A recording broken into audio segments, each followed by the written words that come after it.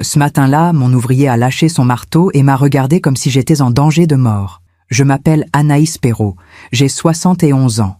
Et ce que je vais vous raconter aujourd'hui, c'est l'histoire d'une mère qui a découvert la vérité en cassant un mur. Tout a commencé un mardi matin de mars. J'avais enfin décidé de rénover ma cuisine. Après des années à cuisiner dans cette pièce sombre, avec ses vieux carreaux jaunes et son papier peint défraîchi, je m'étais dit « Anaïs, tu le mérites, une belle cuisine moderne ». Mon fils Théo avait insisté pour que je vienne habiter cette maison. « Maman, tu seras mieux ici. Plus d'espace, un jardin. » Il avait été si prévenant, si gentil. Comment aurais-je pu refuser?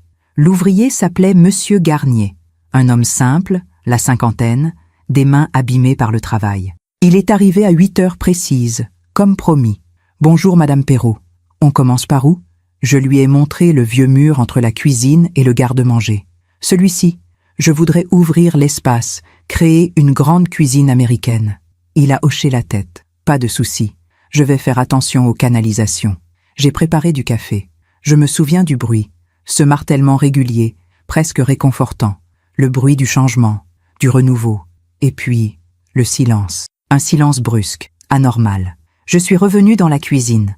Monsieur Garnier était immobile, le marteau pendant au bout de son bras. Son visage était d'une pâleur effrayante. « Madame », sa voix tremblait. « Madame, il faut que vous sortiez de cette maison. Aujourd'hui même. » J'ai ri nerveusement. « Pardon? Mais pourquoi ?» Il a reculé d'un pas, comme s'il avait peur de me dire ce qu'il venait de découvrir. « Et surtout, ne dites rien à votre fils. » Mon cœur s'est arrêté. Dans le mur ouvert, entre les briques et le plâtre, il y avait une boîte métallique, grise, rouillée sur les coins, fermée avec du scotch marron. Mes mains tremblaient quand je l'ai prise. Elle était lourde, pleine. « Ouvrez-la », a murmuré Monsieur Garnier. À l'intérieur, des dizaines de documents, des photocopies, des formulaires médicaux, des courriers administratifs, et tous parlaient de moi. Certificat médical d'internement psychiatrique. Patiente, Anaïs Perrault. Procuration notariée pour gestion des biens immobiliers. Demande d'admission en établissement spécialisé pour troubles mentaux sévères. Mon fils, mon Théo, avait tout préparé, avant même que je ne vienne habiter ici. Il voulait me faire interner, me déclarer folle, prendre ma maison, mon argent, ma vie. J'ai senti mes jambes fléchir. Monsieur Garnier m'a rattrapé par le bras. « Madame, vous comprenez maintenant pourquoi vous devez partir ?» Oui, je comprenais. Mais ce que je ne comprenais pas encore, c'était comment mon propre enfant avait pu devenir un étranger. Parfois, on fait confiance à ceux qui ne la méritent pas. Et vous, avez-vous déjà été déçu par quelqu'un que vous aimiez? Racontez-moi votre histoire dans les commentaires, j'aimerais vous lire. Pour comprendre pourquoi j'ai cru en mon fils jusqu'au bout, il faut que je vous raconte qui j'étais avant. Avant cette boîte, avant ce mur, avant cette maison qui devait être mon refuge et qui était en réalité ma prison. Je suis née à Lyon, dans une famille modeste mais aimante. Mon père était comptable, ma mère couturière. Ils m'ont appris 2 choses, le travail et la dignité. À 23 ans, j'ai épousé Philippe Perrault, un homme bon, ingénieur civil. Nous nous étions rencontrés dans un bal populaire, un samedi soir de juin. Il portait une chemise blanche et sentait l'eau de Cologne. Quand il m'a invité à danser, j'ai su que ma vie changeait. Nous avons eu Théo 3 ans plus tard. Je me souviens de tout, de ses petits pieds dans mes mains, de son premier mot, maman, de ses dessins d'enfants collés sur le frigo, de ses yeux noisettes, exactement comme ceux de Philippe. Philippe est mort il y a 8 ans, cancer du pancréas, rapide, brutal.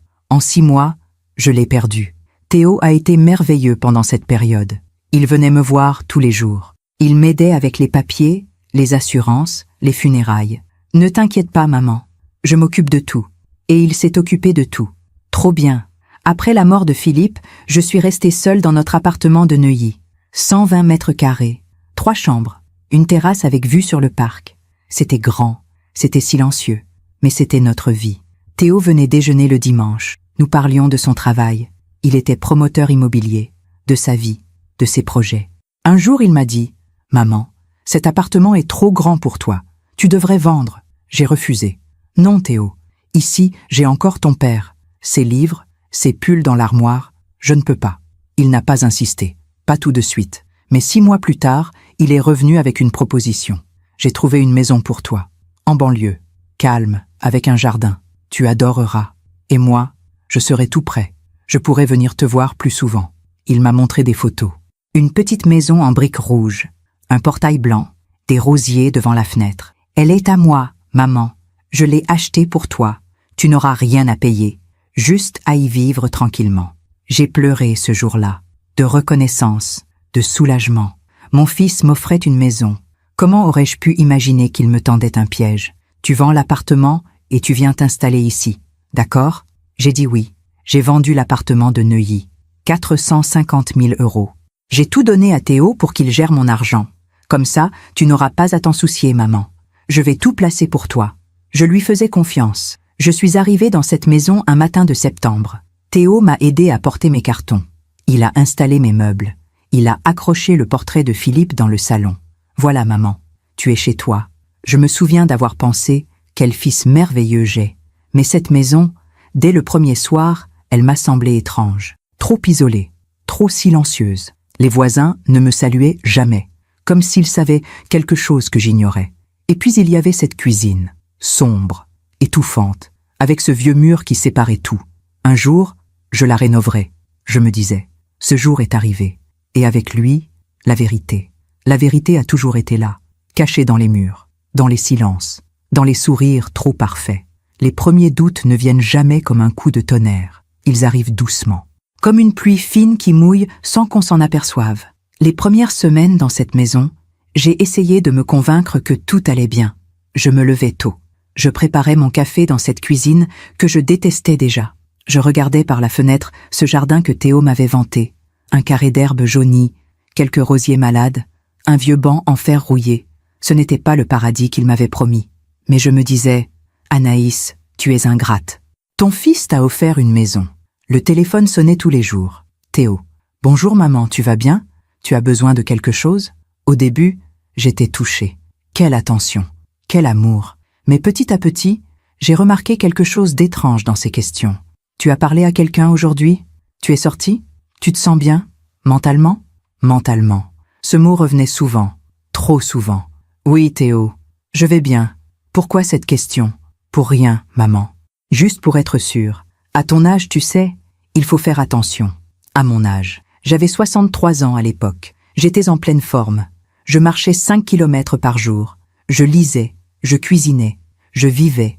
Mais dans sa voix, j'entendais déjà quelque chose. Une sorte de doute, comme s'il attendait que je devienne fragile. Un matin, j'ai reçu une lettre de la mairie. Une convocation pour une évaluation de santé mentale des seniors isolés. J'ai appelé Théo, paniqué. Théo, j'ai reçu une convocation. Ils veulent m'évaluer. Mentalement. Pourquoi? Je ne suis pas malade. Il y a eu un silence, puis sa voix, douce, presque compatissante. Maman, c'est normal. C'est une démarche préventive. Toutes les personnes âgées seules reçoivent ça. Ne t'inquiète pas. Mais je ne veux pas y aller. Il le faut, maman. Sinon, ils vont penser que tu as quelque chose à cacher. J'y suis allée. Le rendez-vous était dans un centre médical froid, aux murs blancs, avec des néons qui bourdonnaient. Une psychiatre m'a reçue. Jeune, blonde, regard distant. Madame Perrault, votre fils nous a contactés. Il s'inquiète pour vous. Mon cœur s'est serré. Pardon? Pourquoi s'inquiète-t-il? Il dit que vous semblez désorienté, que vous oubliez des choses, que vous parlez seul. J'étais abasourdie. Je ne parle pas seul, je ne suis pas désorientée. Qui vous a dit ça? Votre fils. Monsieur Théo Perrault. Il a rempli un formulaire de signalement préventif. Un signalement. Mon propre fils m'avait signalé. Madame, calmez-vous. Ce n'est qu'une évaluation. Répondez simplement aux questions. Elle m'a posé des questions absurdes. Quel jour sommes-nous? Qui est le président de la République? Pouvez-vous compter à l'envers de 100 à 90? J'ai répondu à tout. Parfaitement. Calmement. Elle a noté, noté, noté. À la fin, elle m'a regardé avec un sourire professionnel. Tout va bien pour aujourd'hui, Madame Perrault, mais nous allons programmer un suivi, tous les 3 mois, par précaution. Par précaution de quoi? De votre bien-être. Je suis rentrée chez moi en tremblant. J'ai appelé Théo immédiatement. Pourquoi tu as fait ça? Pourquoi tu les as contactés? Maman, je m'inquiète pour toi. Tu vis seule. Tu es isolée. Je veux juste être sûre que tu vas bien. Mais je vais bien? Tu en es sûre? Parce que l'autre jour, tu m'as appelé 3 fois pour me poser la même question. Tu ne t'en souviens pas? Je ne m'en souvenais pas. Ou peut-être que si. Je ne savais plus. Il avait planté un doute en moi. Un doute terrible. Et si j'étais vraiment en train de perdre la tête? Les semaines ont passé. Théo venait me voir chaque dimanche. Il apportait des courses. Il vérifiait que je prenais mes médicaments. Des vitamines, disait-il. Tiens, maman, pour ta mémoire. Je prenais ces pilules sans réfléchir. Mais j'ai commencé à me sentir différente, fatiguée, confuse. Parfois, je me levais et j'oubliais ce que j'allais faire. Je cherchais mes clés pendant des heures. Je regardais la télévision sans comprendre ce que je regardais. Un soir, j'ai trouvé un mot écrit de ma main sur la table de la cuisine. Ne fais confiance à personne. Je ne me souvenais pas de l'avoir écrit. J'ai pleuré cette nuit-là, longuement, silencieusement. Peut-être que Théo avait raison. Peut-être que je perdais vraiment la tête. Mais une partie de moi, une petite voix que je refusais d'écouter, me disait autre chose. Et si ce n'était pas la folie? Et si c'était lui? Un matin, j'ai arrêté de prendre les pilules. Je les ai cachées dans un tiroir et j'ai attendu. En une semaine, ma tête s'est éclaircie. Les confusions ont disparu. La fatigue aussi. J'ai compris. Ces pilules n'étaient pas des vitamines. Mon fils me droguait. Et cette maison n'était pas un refuge. C'était une cage. Pendant que je raconte tout cela, je me demande d'où vous m'écoutez. Écrivez le nom de votre ville en commentaire. Quand on commence à voir la vérité, on ne peut plus fermer les yeux, même si cette vérité nous déchire. Après avoir arrêté les pilules, j'ai commencé à observer, vraiment observer, chaque geste de Théo, chaque mot, chaque silence. Le dimanche suivant, il est arrivé comme d'habitude, 11 heures précises. Un sac de courses à la main, sourire impeccable. « Bonjour maman, comment vas-tu cette semaine ?»« Bien Théo, très bien. » Il m'a regardé avec attention, trop d'attention. « Tu as pris tes vitamines ?»« Oui, bien sûr. » Je mentais. Et pour la première fois, je voyais dans ses yeux quelque chose que je n'avais jamais remarqué avant, de la déception. Il voulait que je sois confuse. Il attendait que je perde la tête. « Maman, tu as l'air différente aujourd'hui. » Différente comment? Plus alerte. C'est bien, très bien. Mais son ton disait le contraire. Il a sorti les courses. Du lait, du pain, des légumes et une nouvelle boîte de pilules. « Tiens, j'ai renouvelé ta prescription. Le médecin dit qu'il faut augmenter la dose. Pour ta mémoire. » « Quelle prescription, Théo? Je n'ai jamais demandé de prescription. » Il a souri. Ce sourire patient qu'on réserve aux enfants ou aux personnes diminuées. « Maman, on en a parlé la semaine dernière. Tu ne t'en souviens pas? C'est justement pour ça que tu as besoin de ces pilules. » J'ai pris la boîte. J'ai hoché la tête. « Oui, pardon. J'avais oublié. » Il a semblé soulagé. Après son départ, j'ai examiné la boîte. Le nom du médicament. Risperidone. J'ai allumé mon vieil ordinateur. Celui que Philippe m'avait offert et que j'utilisais si peu. J'ai cherché ce nom sur Internet. Risperidone, neuroleptique utilisé dans le traitement des troubles psychotiques, schizophrénie, troubles bipolaires sévères. Mon sang s'est glacé.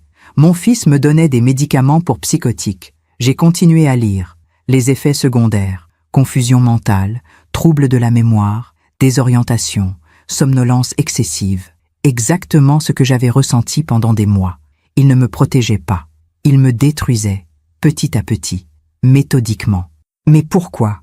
J'ai passé la nuit à chercher des réponses. Dans mes papiers, dans mes souvenirs, dans les tiroirs de cette maison que je connaissais si mal. Et j'ai trouvé quelque chose. Dans un placard de l'entrée, caché sous de vieilles couvertures, un dossier. Un dossier avec mon nom dessus. À l'intérieur, des documents que je n'avais jamais vus. Un contrat de vente de mon appartement de Neuilly. 450 000 €, comme je le savais. Mais la destination de l'argent, ce n'était pas un compte d'épargne à mon nom.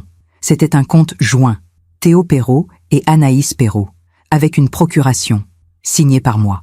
Je ne me souvenais pas d'avoir signé cette procuration. Mais peut-être que je l'avais fait. Peut-être que j'avais vraiment oublié. Non, non, Anaïs. Réfléchis. J'ai regardé la signature, ma signature. Mais elle était tremblante, maladroite. Ce n'était pas mon écriture habituelle. J'ai fouillé davantage. Un autre document. Une demande de tutelle judiciaire, déposée par Théo Perrault pour sa mère, Anaïs Perrault, en raison de troubles cognitifs majeurs et perte d'autonomie. La date. 2 mois après mon installation dans cette maison. Il avait déjà commencé. Avant même que je sois malade, il préparait ma mise sous tutelle. Mes mains tremblaient tellement que j'ai failli laisser tomber les papiers. J'ai continué à chercher, frénétiquement, et j'ai trouvé le pire. Une correspondance avec un avocat. Maître Blanchard, suite à notre entretien du 12 avril, je confirme mon souhait d'accélérer la procédure. Ma mère présente des signes inquiétants de démence sénile. Elle oublie nos conversations, répète les mêmes questions, semble désorienté dans le temps. Le psychiatre que j'ai consulté recommande une hospitalisation préventive, mais ma mère refuse tout traitement. Je crains pour sa sécurité. Pouvez-vous me confirmer les démarches nécessaires pour obtenir une hospitalisation sous contrainte et la mise sous tutelle complète de ses biens? Cordialement, Théo Perrault. La date de cette lettre, 6 mois avant la mort de Philippe. 6 mois avant. Mon fils planifiait tout ça depuis des années, pendant que je pleurais mon mari, pendant que je m'accrochais à lui comme à ma seule famille. Il préparait ma destruction. J'ai vomi. Là, dans le placard, au milieu de ces papiers qui racontaient ma propre fin programmée, j'ai vomi de dégoût et de terreur. Quand je me suis relevée, j'ai compris quelque chose. Cette maison n'était pas un cadeau. C'était une prison construite spécialement pour moi. Isolée, loin de mes anciens voisins, loin de mes amis, loin de tout témoin. Ici, personne ne me connaissait. Personne ne remarquerait si je devenais folle. Personne ne s'étonnerait si un jour une ambulance venait me chercher. Et mes 450 000 euros? Disparus. Gérés par Théo. Investis dans quoi? Je ne savais même pas. Probablement dans cette maison, dans sa propre vie, dans ses projets, mon appartement, mon héritage, ma vie. Tout avait été planifié. J'ai passé des jours à réfléchir. Que faire? Aller à la police? Avec quoi? Des lettres trouvées dans un placard? Un fils trop prévenant? Des pilules que j'avais prises volontairement? Ils penseraient que j'étais paranoïaque. Que j'étais exactement ce que Théo disait. Une vieille femme confuse qui accusait son fils dévoué. Appeler une amie? Mais je n'en avais plus. Depuis la mort de Philippe, je m'étais isolée. Et depuis mon arrivée ici, Théo avait pris soin de me couper de tout le monde. « Maman, repose-toi. Ne te fatigue pas avec des sorties. Je m'occupe de tout. » J'étais seule. Complètement seule. Alors j'ai fait la seule chose que je pouvais faire. J'ai continué à jouer le jeu. J'ai repris les pilules. Mais je ne les avalais plus. Je les cachais sous ma langue et je les recrachais dès que Théo partait. Je faisais semblant d'oublier des choses, de me tromper de jour, de poser 2 fois la même question. Je jouais la vieille femme fragile qu'il voulait que je sois. Parce que je savais une chose. Tant qu'il me croyait sous contrôle, il ne m'enfermerait pas encore. J'avais besoin de temps. Temps pour réfléchir. Temps pour trouver une sortie. Temps pour comprendre jusqu'où il était prêt à aller. Et puis, un matin, j'ai décidé de rénover la cuisine. Pas pour embellir cette maison que je détestais, mais parce que j'avais besoin de casser quelque chose, de détruire un mur, de voir ce qu'il y avait derrière. Peut-être que je cherchais inconsciemment la vérité, ou peut-être que la vérité me cherchait. La vérité finit toujours par sortir, même quand elle est enfermée dans les murs. Parfois, on survit en faisant semblant de mourir. Les semaines qui ont suivi ont été les plus difficiles de ma vie. Chaque matin, je me réveillais dans cette maison en sachant que mon propre fils voulait m'effacer. Pas me tuer. Non, c'était pire que ça. Il voulait me faire disparaître de l'intérieur, me transformer en coquille vide, en fantôme légal. Une vieille folle qu'on pouvait enfermer sans que personne ne pose de questions. Alors j'ai joué mon rôle. Quand Théo appelait, je bafouillais un peu. Je cherchais mes mots. Je demandais « Pardon, tu m'as déjà dit ça ?»« Oui, maman. Hier. Tu ne t'en souviens pas ?»« Ah, non. Excuse-moi. » J'entendais sa satisfaction dans sa voix. Cette petite note de victoire. Elle perd la tête. Enfin, le dimanche, quand il venait déjeuner, je mettais la table de travers. Une fourchette à la place du couteau. Un verre d'eau renversé, accidentellement. « Maman, fais attention. »« Oh, pardon. Je ne sais pas ce qui m'arrive en ce moment. C'est normal. À ton âge, le cerveau ?» Il ne finissait jamais sa phrase. Mais je comprenais. À ton âge, le cerveau se détériore. J'avais 63 ans, pas 90. Mais pour lui, j'étais déjà fini. Un soir, il m'a apporté un nouveau document à signer. « Maman, c'est juste une formalité. Pour la gestion de tes comptes, ça simplifiera tout. » J'ai regardé le papier. C'était une procuration élargie, totale, sur tous mes biens. « Théo, je ne sais pas si... »« Maman, tu me fais confiance, non ?» Ses yeux me fixaient avec une intensité troublante. « Dis oui et tout sera simple. »« Oui, bien sûr. »« Alors, signe. » J'ai signé, mais pas avec mon écriture habituelle. J'ai fait exprès de trembler, d'hésiter, de rendre la signature presque illisible. Si un jour je devais prouver que j'étais manipulée, cette signature serait ma preuve. Il a pris le document. Il a souri. « Merci, maman. Tu verras, tu n'auras plus à te soucier de rien. » C'est exactement ce qui me faisait peur. Les jours passaient. Je continuais à vivre dans cette maison comme une prisonnière invisible. Mais je n'étais pas inactive. Chaque fois que Théo partait, je fouillais, partout, dans les placards, sous les lits, derrière les meubles, et j'ai trouvé d'autres choses, des reçus, des factures, des relevés bancaires cachés dans une boîte à chaussures au fond du garage. Mon argent, mes 450 000 €, avait été utilisé pour acheter cette maison, 50 000 € pour rembourser les dettes de Théo, 120 000 € pour investir dans une société immobilière dont il était actionnaire, 200 000 €. Il ne restait presque rien, et le peu qui restait était bloqué sur un compte que je ne pouvais plus toucher. Mon fils m'avait ruiné, et il voulait maintenant me faire enfermer pour que je ne puisse jamais réclamer quoi que ce soit. Un matin, j'ai reçu un appel, un numéro inconnu. « Madame Perrault ? Oui, je suis Maître Renaud, avocat. Votre fils m'a contacté pour établir un dossier de mise sous tutelle renforcée. J'aurais besoin de vous rencontrer pour évaluer votre situation. » Mon cœur s'est arrêté. Ma situation ? Oui. Votre état de santé mentale. C'est une procédure standard. Ne vous inquiétez pas. Je ne veux pas. Pardon ? Je ne veux pas de mise sous tutelle. Je vais très bien. Il y a eu un silence. Madame Perrault, votre fils est très préoccupé. Il dit que vous refusez les soins, que vous êtes dans le déni. C'est un signe classique de... De quoi ? De folie ? Je n'ai pas dit ça. Mais légalement, si un proche estime qu'une personne est en danger, je ne suis en danger de personne, sauf de mon fils. Un autre silence, plus long. Madame, je vous conseille vivement de coopérer.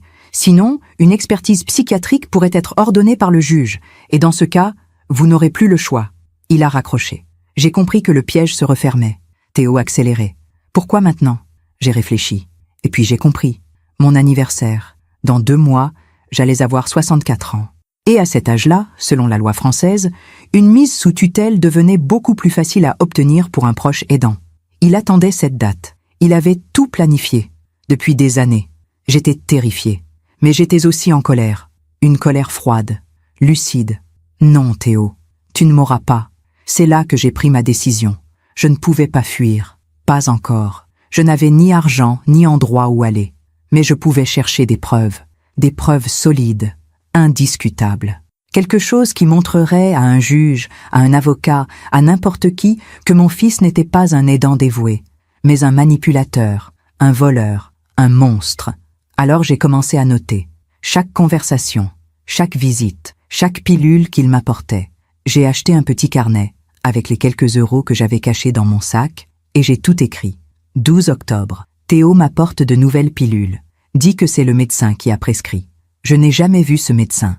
15 octobre. Théo me demande de signer un document.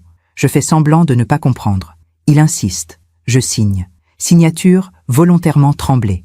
20 octobre. Appel de Maître Renaud. Menace de tutelle.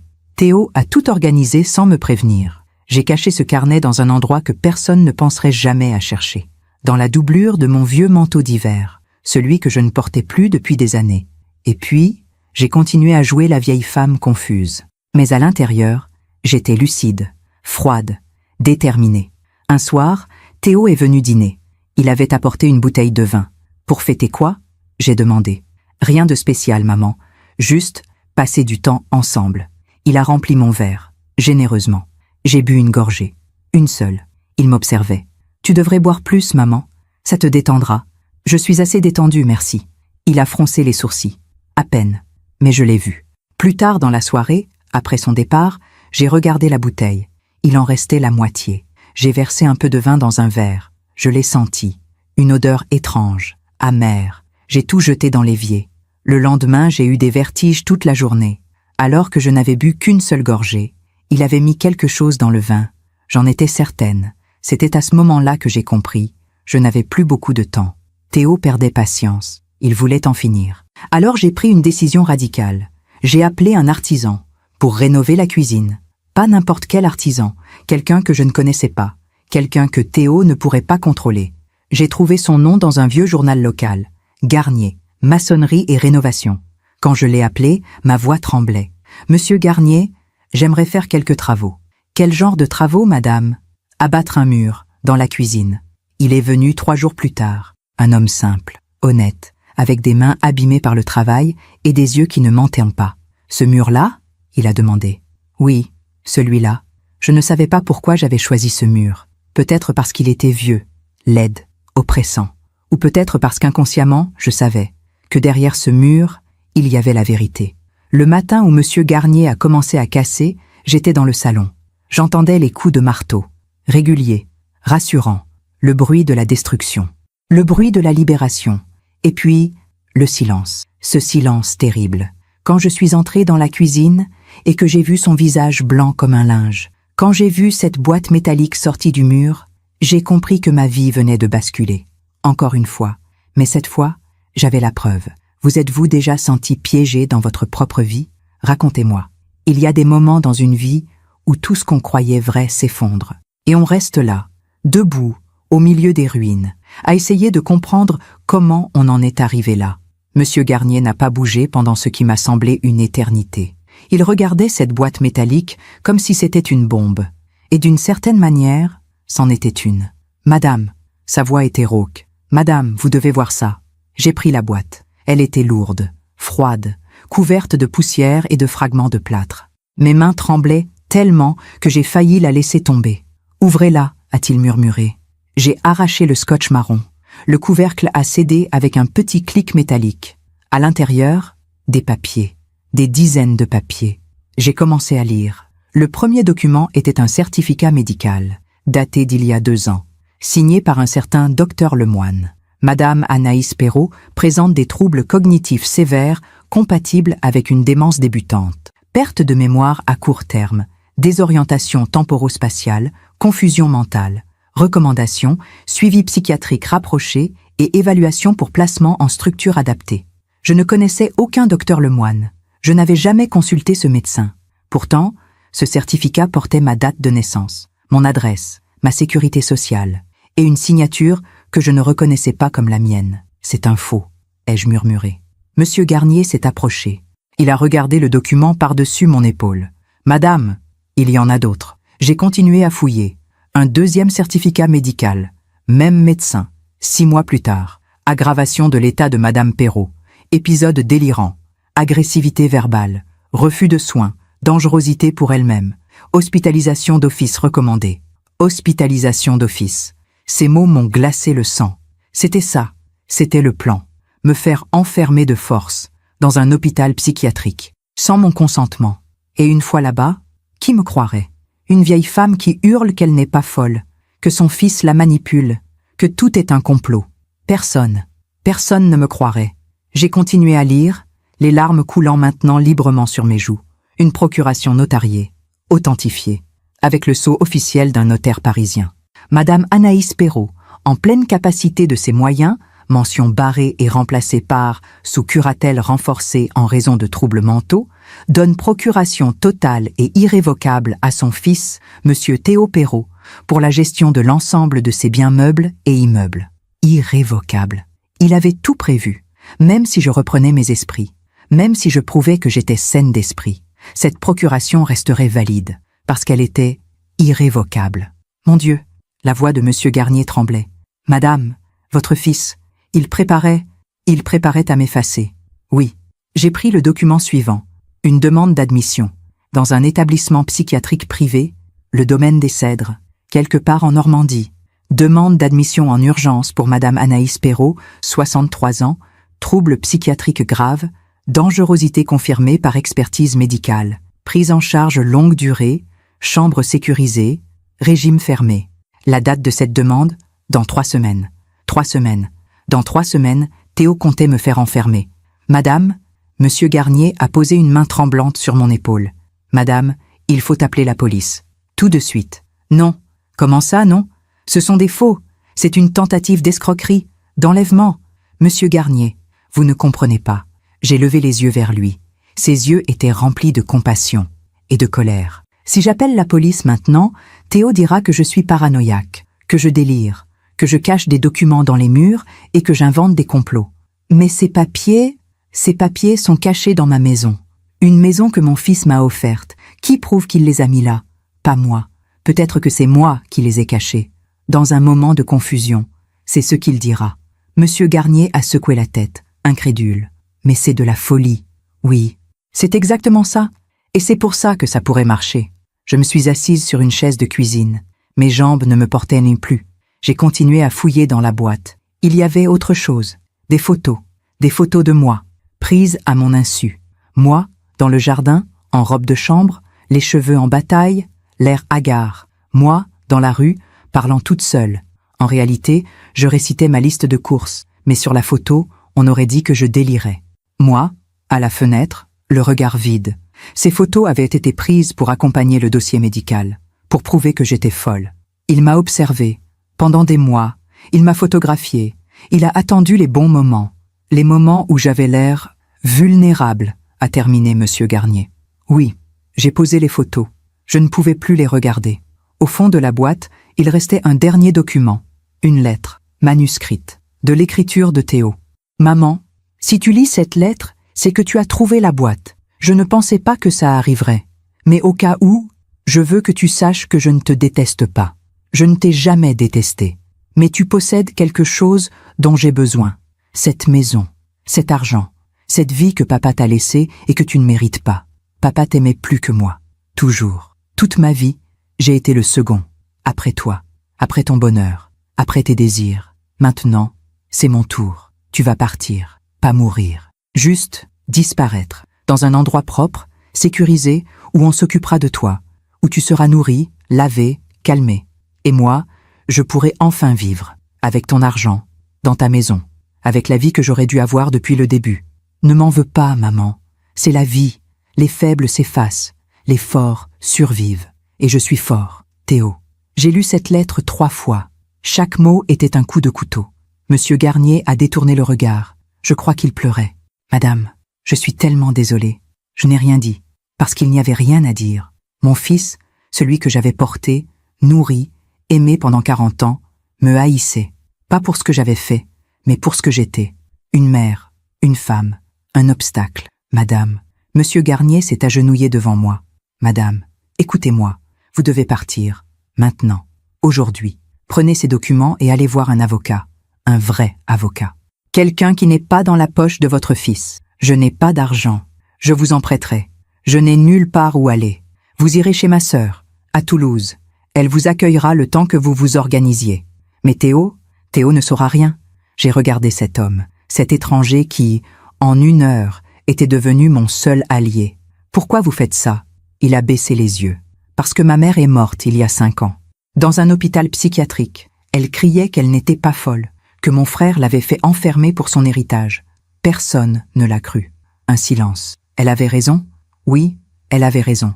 Mais on l'a découvert trop tard, 3 mois après sa mort. Il a relevé la tête. Ses yeux étaient rouges. Je ne laisserai pas ça arriver à une autre mère. Pas si je peux l'empêcher. J'ai pleuré, longuement. Puis je me suis levée. D'accord, je pars, mais je ne pars pas en fuyant. Que voulez-vous dire? Je veux dire que je vais prendre ces documents, je vais les montrer à un juge, et je vais faire payer mon fils. Monsieur Garnier a souri. Un sourire triste, mais fier. Alors, on a du travail. Nous avons passé les 2 heures suivantes à tout photographier. Chaque document, chaque certificat, chaque photo, la lettre. Monsieur Garnier a tout envoyé sur une clé USB, puis sur un cloud sécurisé. Comme ça, même s'il trouve les originaux, on aura les preuves. J'ai remis les documents dans la boîte, et j'ai caché la boîte dans mon sac. Qu'est-ce que je fais maintenant? Vous faites votre sac, vous prenez le strict nécessaire, et vous partez avec moi, maintenant, avant qu'il arrive. Il vient déjeuner dimanche, c'est dans 2 jours. Parfait, vous serez déjà loin. J'ai regardé cette cuisine, ce mur détruit, cette maison qui devait être mon refuge et qui n'avait été qu'une prison. Monsieur Garnier, appelez-moi Robert. Robert, est-ce que vous croyez en Dieu? Il a réfléchi. Je crois en la justice. Moi aussi. J'ai pris mon sac, mon vieux manteau avec le carnet caché dans la doublure, mes papiers d'identité, et la boîte, et je suis parti, sans me retourner. Je me demande encore si j'ai fait le bon choix. Et vous? Qu'auriez-vous fait à ma place? Partir, ce n'est pas fuir, c'est choisir de survivre. Le trajet jusqu'à Toulouse a duré 8 heures. 8 heures pendant lesquelles je n'ai presque pas parlé. Robert conduisait en silence, jetant de temps en temps un regard inquiet dans ma direction. J'avais la boîte métallique sur mes genoux, mes mains agrippées au couvercle comme si c'était la dernière chose qui me reliait à la réalité. Dehors, le paysage défilait. Des champs, des villages, des vies normales, des gens qui rentraient chez eux, qui embrassèrent leurs enfants, qui faisaient confiance. Moi, Je fuyais mon fils. Madame Perrault, vous devriez essayer de dormir. Je ne peux pas. Vous êtes en sécurité maintenant. Je ne serai en sécurité que quand Théo sera devant un juge. Robert a hoché la tête. Ma sœur s'appelle Claire. Elle vit seule depuis son divorce. Elle sera heureuse de vous accueillir. Je ne veux pas être un fardeau. Vous n'en êtes pas un. Croyez-moi. Nous sommes arrivés à Toulouse en fin de soirée. Claire habitait un petit appartement dans le quartier des Minimes. 2e étage. Une porte bleue. Des géraniums sur le balcon. Elle nous attendait. Quand elle a ouvert la porte, j'ai vu une femme d'une 50aine d'années, cheveux courts, regard bienveillant. Elle ne m'a pas posé de questions. Elle m'a juste serré dans ses bras. « Bienvenue, madame. Vous êtes chez vous ?» J'ai pleuré. Encore. Cette nuit-là, allongée dans le lit d'amis de Claire, je n'ai pas fermé l'œil. Je pensais à Théo. Dimanche, il viendrait déjeuner. Il trouverait la maison vide, le mur cassé, la cuisine en chantier. Et moi, disparu. Que ferait-il? Appellerait-il la police? Dirait-il que j'avais fugué, que j'étais confuse, dangereuse, ou comprendrait-il que j'avais trouvé la boîte? J'ai regardé mon téléphone. 17 appels manqués de Théo depuis ce matin. Je n'avais répondu à aucun. Il avait laissé des messages. J'ai écouté le premier. « Maman, c'est moi. Pourquoi tu ne réponds pas? Je m'inquiète. Rappelle-moi. » Voix douce, inquiète, parfaite. Le 2e message, 3 heures plus tard. « Maman, sérieusement, ça commence à m'angoisser. Où es-tu? S'il te plaît, réponds. » Le 3e, envoyé il y a 1 heure. « Maman, je viens de passer à la maison. Tu n'es pas là. Il y a des travaux dans la cuisine. Qu'est-ce qui se passe? Rappelle-moi immédiatement. » Sa voix avait changé, plus sèche, plus froide. Il savait. J'ai éteint mon téléphone. Le lendemain matin, Claire m'a préparé un café. « Vous avez dormi? » « Non. » Robert m'a tout raconté. « Ce que votre fils a fait, c'est monstrueux. C'est mon fils. » « Non, un fils ne fait pas ça. » Elle avait raison. Mais c'était difficile à accepter. « Claire, je dois voir un avocat, le plus vite possible. Robert a déjà pris rendez-vous pour vous. Cet après-midi, 15 heures, Maître Fontaine. Une avocate spécialisée en droit des personnes vulnérables. Je ne suis pas vulnérable. » Claire m'a regardé avec douceur. « Madame Perrault, vous avez 63 ans. Vous avez été droguée, manipulée, dépouillée de vos biens. Aux yeux de la loi, vous êtes vulnérable. Et c'est ce qui va vous protéger. » J'ai compris. Pendant des mois, Théo avait essayé de me faire passer pour faible. Maintenant, cette faiblesse supposée allait devenir mon arme. À 15 heures, j'étais dans le cabinet de Maître Fontaine. Une femme d'une 40aine d'années, élégante, regard acéré. Elle m'a écouté pendant 2 heures, sans m'interrompre. J'ai tout raconté. Depuis le début, la mort de Philippe, l'installation dans la maison, les pilules, les documents falsifiés, la boîte dans le mur. À la fin, j'ai posé la boîte sur son bureau. Voilà, toutes les preuves sont là. Elle a ouvert la boîte. Elle a examiné chaque document, lentement, méthodiquement. Puis, elle a levé les yeux vers moi. « Madame Perrault, ce que votre fils a fait est un délit pénal. Escroquerie, abus de faiblesse, faux et usage de faux. Séquestration morale. Séquestration morale? Oui, vous gardez isolé, sous contrôle, dans le but de vous priver de liberté. C'est punissable. Combien de temps il risque? Plusieurs années de prison. Et une interdiction définitive de gérer les biens d'autrui. » Un silence. « Madame Perrault, êtes-vous certaine de vouloir poursuivre? C'est votre fils. » « Justement, c'est mon fils, et il voulait me détruire. » Elle a hoché la tête. « Alors, on va se battre. » Les jours suivants ont été un tourbillon. Maître Fontaine a déposé une plainte au pénal. Abus de faiblesse, escroquerie, faux en écriture. Elle a également demandé une ordonnance de protection pour m'interdire tout contact avec Théo.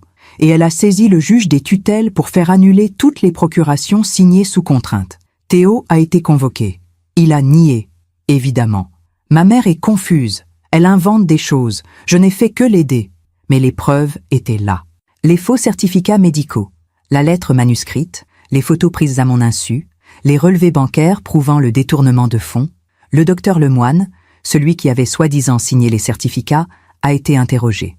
Il a déclaré n'avoir jamais rencontré Anaïs Perrault et que sa signature avait été falsifiée. Théo s'est enfoncé. Il a changé de version. Il a dit qu'il avait peut-être exagéré mon état de santé, mais que c'était pour mon bien. Maître Fontaine l'a démonté pièce par pièce. Pour son bien, vous avez drogué votre mère avec des neuroleptiques sans prescription médicale.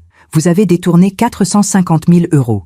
Vous aviez prévu de la faire interner de force dans 3 semaines. En quoi est-ce pour son bien? Théo n'a pas répondu. Le juge a ordonné une expertise psychiatrique. Pour moi.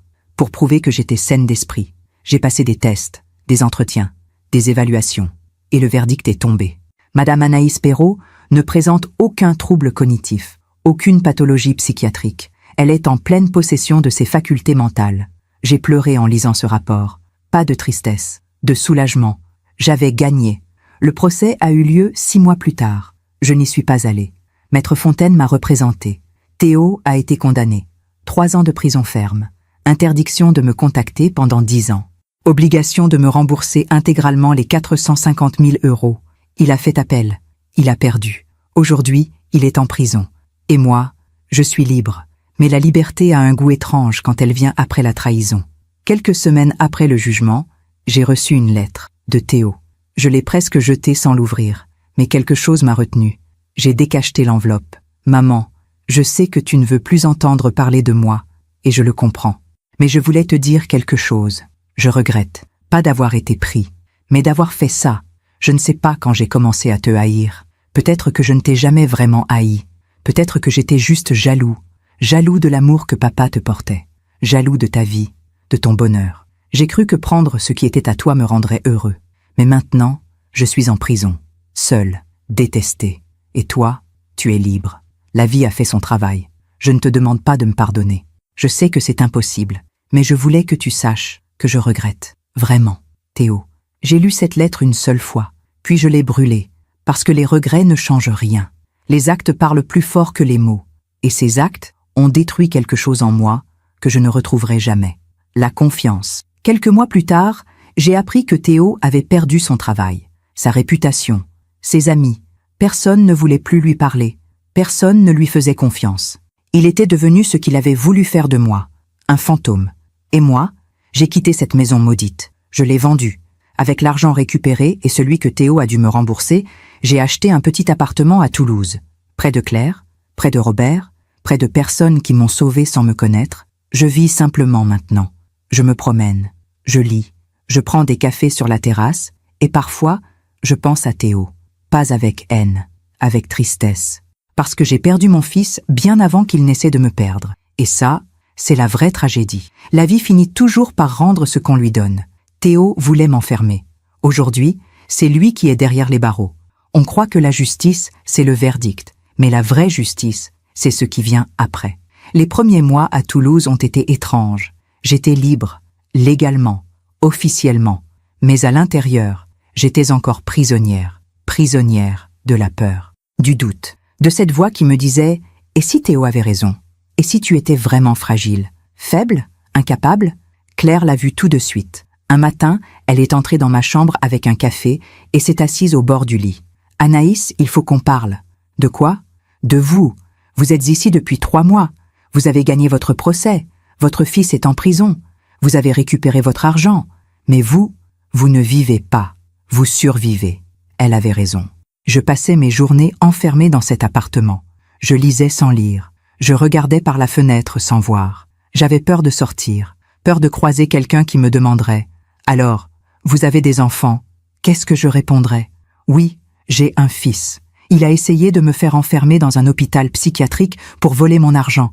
Maintenant, il est en prison. » Non, c'était trop lourd, trop honteux. Alors je restais seule. Anaïs, Claire a pris ma main. Vous avez survécu à quelque chose de terrible. Mais survivre, ce n'est pas suffisant. Il faut recommencer à vivre. Je ne sais pas comment. On va apprendre, ensemble. Le lendemain, Claire m'a emmenée au marché. Je ne veux pas... Vous n'avez pas le choix. Nous avons marché entre les étals, les tomates, les fromages, les fleurs. Des gens parlaient, riaient, vivaient.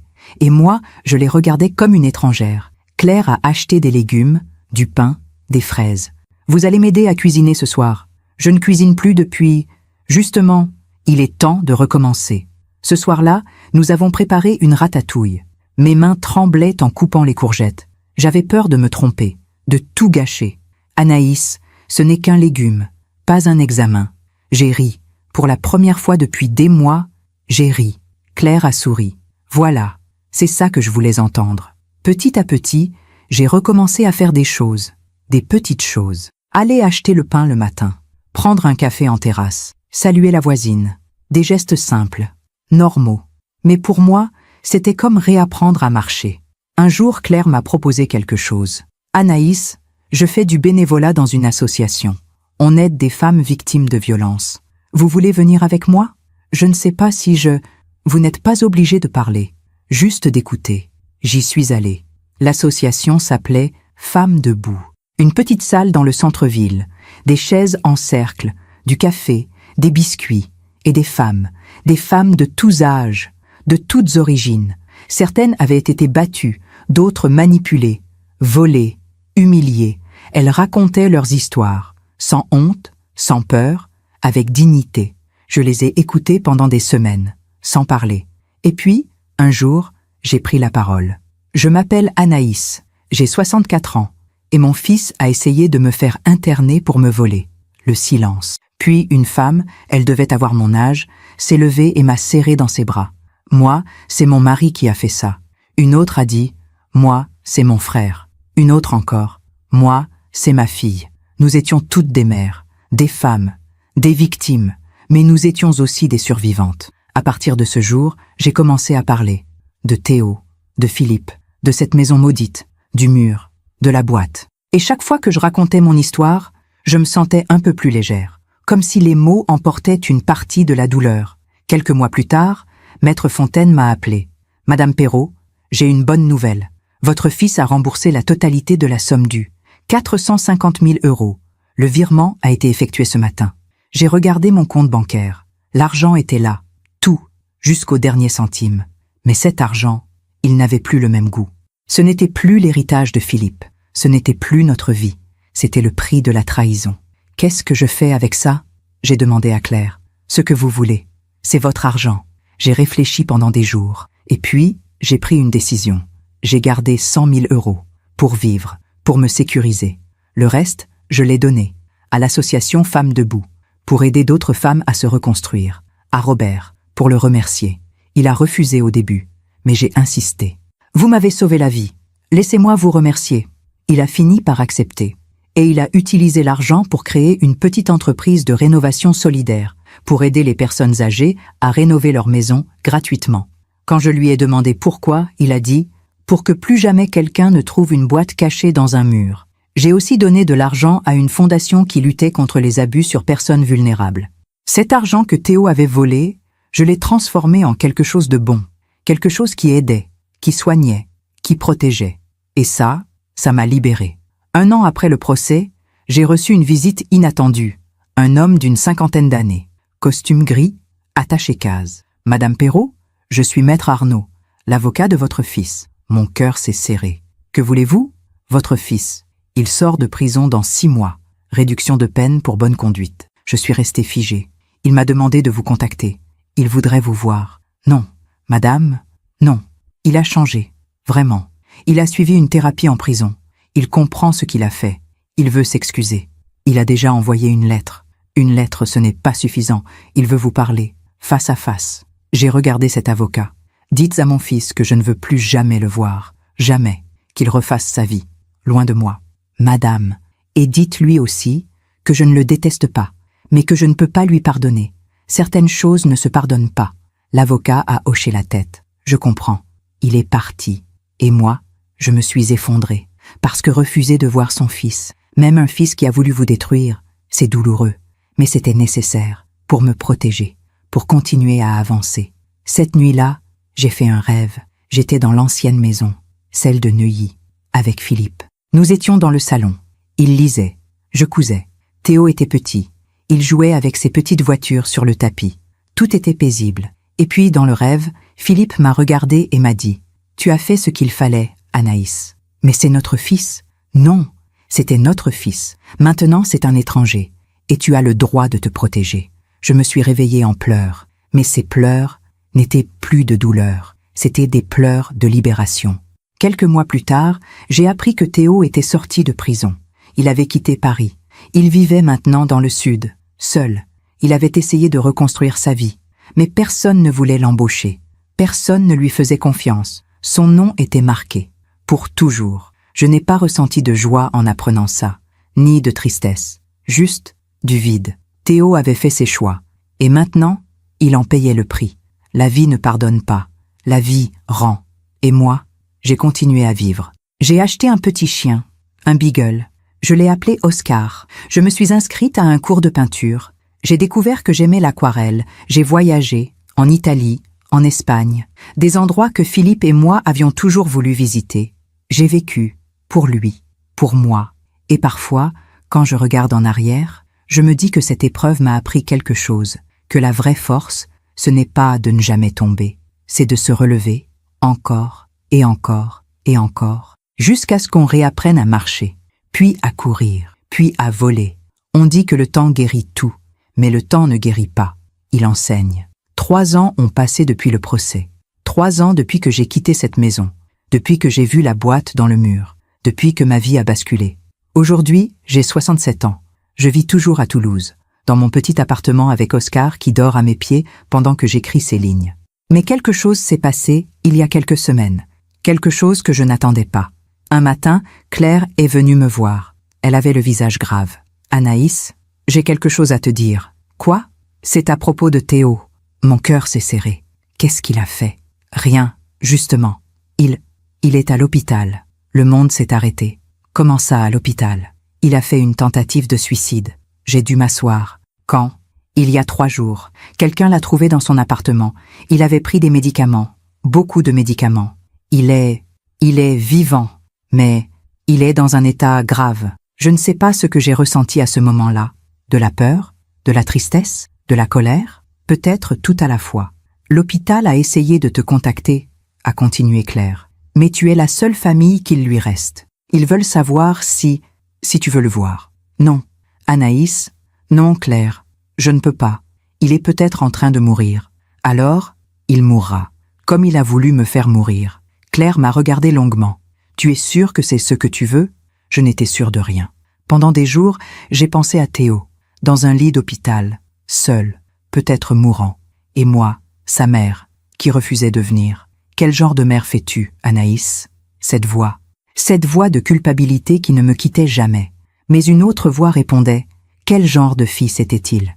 J'ai appelé Maître Fontaine. Maître, est-ce que je suis obligée d'aller le voir ? Légalement, je veux dire. Non, Madame Perrault, vous n'avez aucune obligation. L'ordonnance de protection est toujours en vigueur. Vous avez le droit de maintenir la distance. Mais moralement, un silence. Ça, c'est à vous de décider. J'ai raccroché. Et j'ai continué à vivre dans ce doute terrible, jusqu'à ce que je reçoive une lettre, de l'hôpital.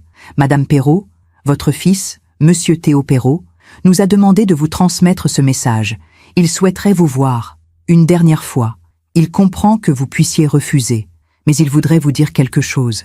Si vous acceptez, merci de nous contacter. Cordialement, service de psychiatrie, hôpital Sainte-Marie, Montpellier. J'ai relu cette lettre 10 fois, une dernière fois. Ces mots me hantaient. Est-ce qu'il allait mourir ? Est-ce qu'il voulait vraiment s'excuser ? Ou est-ce que c'était une nouvelle manipulation ? J'en ai parlé à Claire. Qu'est-ce que je fais ? Ce que ton cœur te dit. Mon cœur ne sait plus. Alors, écoute ta tête. J'ai réfléchi pendant des jours. Et puis, j'ai pris ma décision. J'irai. Pas pour lui. Pour moi. Pour fermer cette porte. Définitivement. Le trajet jusqu'à Montpellier a été long. Robert a insisté pour m'accompagner. Vous n'allez pas affronter ça toute seule.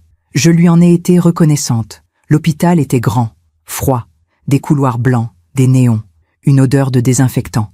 Une infirmière nous a conduits jusqu'à la chambre de Théo. Il est encore faible. Ne restez pas trop longtemps. J'ai hoché la tête. Devant la porte, j'ai hésité. Robert a posé une main sur mon épaule. Je suis là, juste derrière cette porte. Si vous avez besoin de moi, vous appelez. J'ai respiré profondément. Et j'ai poussé la porte. Théo était allongé dans un lit, pâle, amaigri, des tubes partout. Il avait l'air vieux, plus vieux que moi. Quand il m'a vu, ses yeux se sont remplis de larmes. Maman, ce mot que je n'avais pas entendu depuis 3 ans. Bonjour Théo. Ma voix était froide, distante. Il a essayé de se redresser, mais il était trop faible.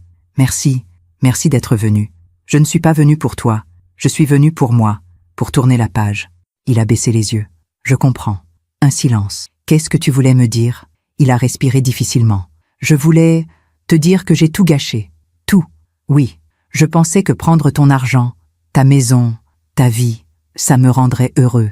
Et alors, ça m'a détruit. Il a pleuré, vraiment pleuré. Depuis que je suis sortie de prison, je n'ai plus rien. Pas de travail, pas d'amis, pas de famille. Personne ne veut de moi.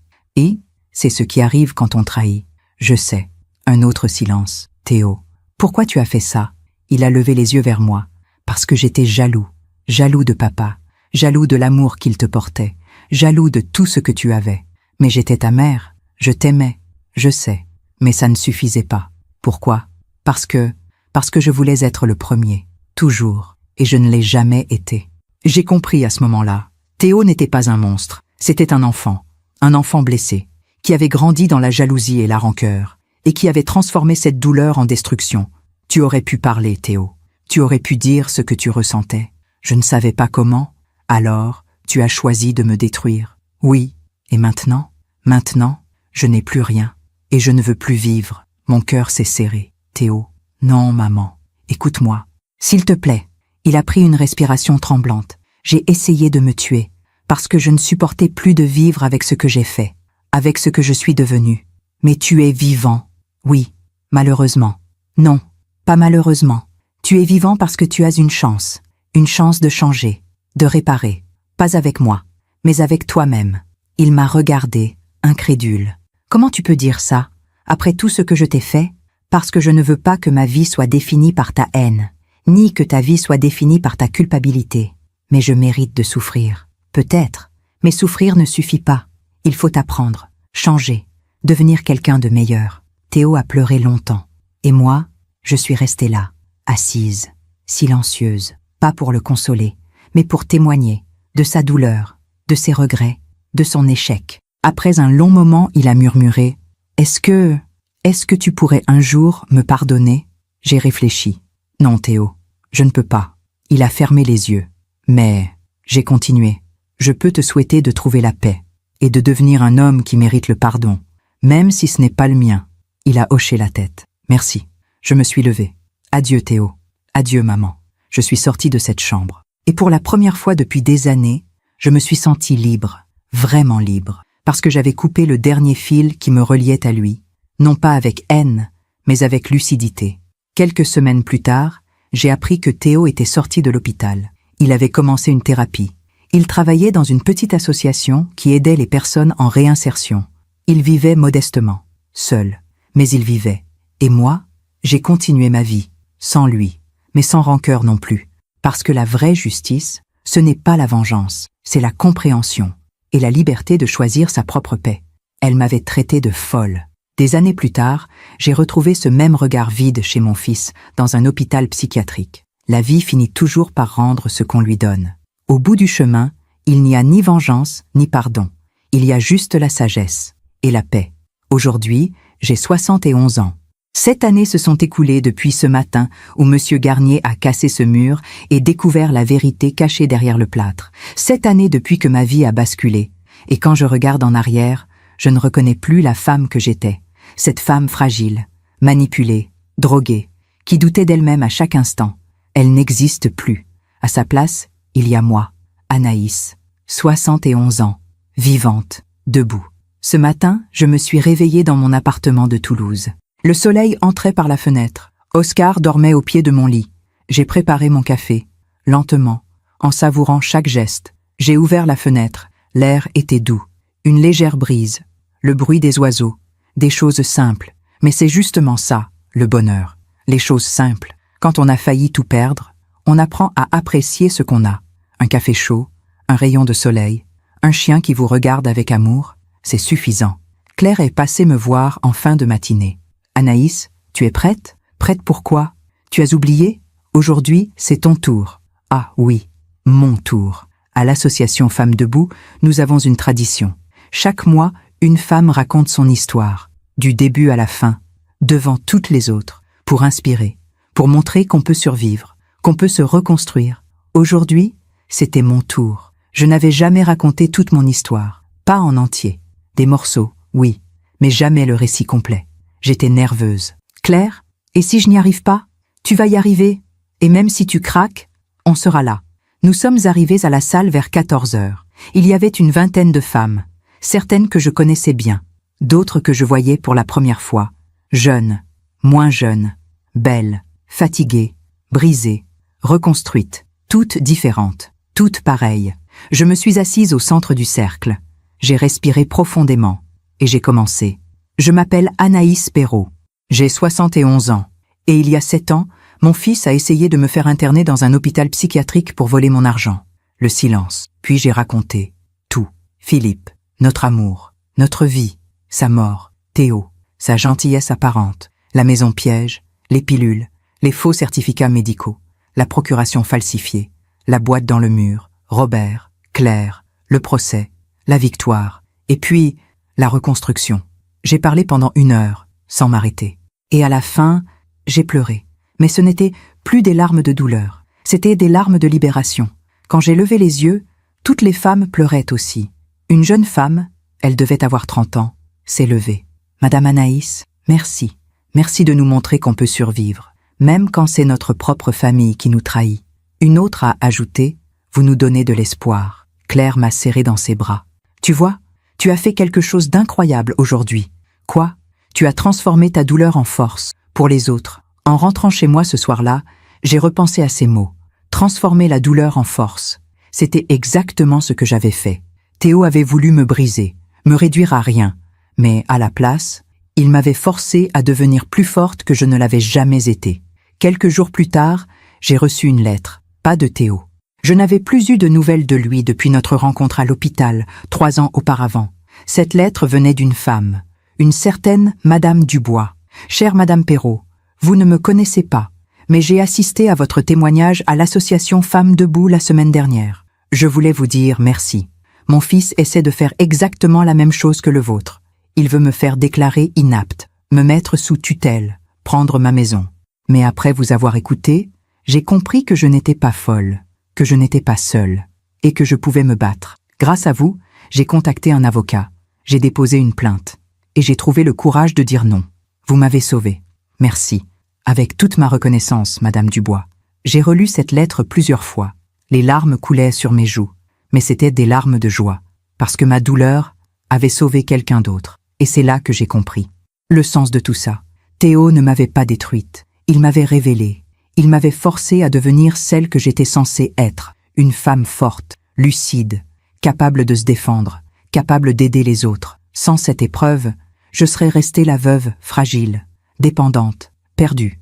Maintenant, j'étais Anaïs, entière. Les mois ont passé. J'ai continué mon bénévolat. J'ai aidé d'autres femmes. J'ai écouté leurs histoires. Je leur ai donné mon numéro de téléphone. Si vous avez peur, appelez-moi. N'importe quand. J'ai voyagé. En Grèce, au Portugal. Des endroits que je n'aurais jamais osé visiter seule avant. Maintenant, je n'avais plus peur. J'ai aussi repris contact avec d'anciennes amies. Celles que j'avais perdues après la mort de Philippe. Elles m'ont accueillie à bras ouverts. « Anaïs, on pensait que tu nous avais oubliés. » Non, c'est moi qui m'étais oubliée. Un jour, j'ai reçu un appel, d'un numéro inconnu. « Madame Perrault ? » « Oui, je suis journaliste. Je travaille sur un documentaire sur les abus envers les personnes âgées. Votre avocat, Maître Fontaine, m'a parlé de votre histoire. Accepteriez-vous de témoigner ? » J'ai hésité. Raconter mon histoire à la télévision ? Devant des milliers de personnes ? Je ne sais pas. Madame, votre histoire pourrait aider tellement de gens. Des milliers de personnes âgées sont manipulées par leurs propres enfants. Elles ont besoin de savoir qu'elles ne sont pas seules, qu'elles peuvent se défendre. J'ai pensé à Madame Dubois, à toutes ces femmes à l'association. D'accord, je le ferai. Le tournage a eu lieu 2 mois plus tard. J'étais nerveuse, terriblement nerveuse. Mais quand la caméra s'est allumée, j'ai oublié tout ça. J'ai juste raconté. Mon histoire, ma vérité. Le documentaire est sorti 6 mois plus tard. Il s'appelait « Les enfants prédateurs » et il a eu un impact énorme. Des milliers de personnes ont appelé les associations d'aide. Des enquêtes ont été ouvertes. Des lois ont été renforcées. Et moi, je suis devenue, malgré moi, une voix. Une voix pour celles et ceux qui n'osèrent pas parler. 1 an après la diffusion du documentaire, j'ai reçu une dernière lettre, de Théo. Je l'ai reconnu tout de suite, son écriture. J'ai hésité à l'ouvrir. Mais finalement, je l'ai fait. Maman, j'ai vu le documentaire. Je t'ai vu raconter notre histoire, ma trahison, ta douleur. Et pour la première fois, j'ai vraiment compris ce que je t'avais fait. Je ne te demande plus ton pardon. Je sais que c'est impossible. Mais je voulais te dire que je suis fière de toi, fière de ce que tu es devenue, fière de la femme que tu es. Tu m'as montré ce qu'est la vraie force, pas celle qui détruit, celle qui construit. Je vis toujours modestement. Je travaille avec des personnes en difficulté. J'essaie chaque jour de réparer un peu du mal que j'ai fait. Je ne le fais pas pour toi, je le fais pour moi. Mais je voulais que tu saches que ton exemple m'a sauvée. Merci maman. Théo, j'ai lu cette lettre, une seule fois, et je l'ai rangée dans un tiroir. Je ne lui ai pas répondu, parce qu'il n'y avait rien à répondre. Théo avait fait son chemin, j'avais fait le mien. Nos routes s'étaient séparées, pour toujours, et c'était bien comme ça. Aujourd'hui, quand je regarde ma vie, je vois quelque chose que je n'aurais jamais imaginé. Je vois une femme qui a survécu à la trahison, à la manipulation, à la solitude. Une femme qui a choisi de ne pas se laisser définir par ce qu'on lui avait fait, mais par ce qu'elle avait choisi de devenir. Je pense souvent à cette boîte dans le mur, cette boîte qui contenait tous les mensonges de Théo, tous ses plans, toute sa haine.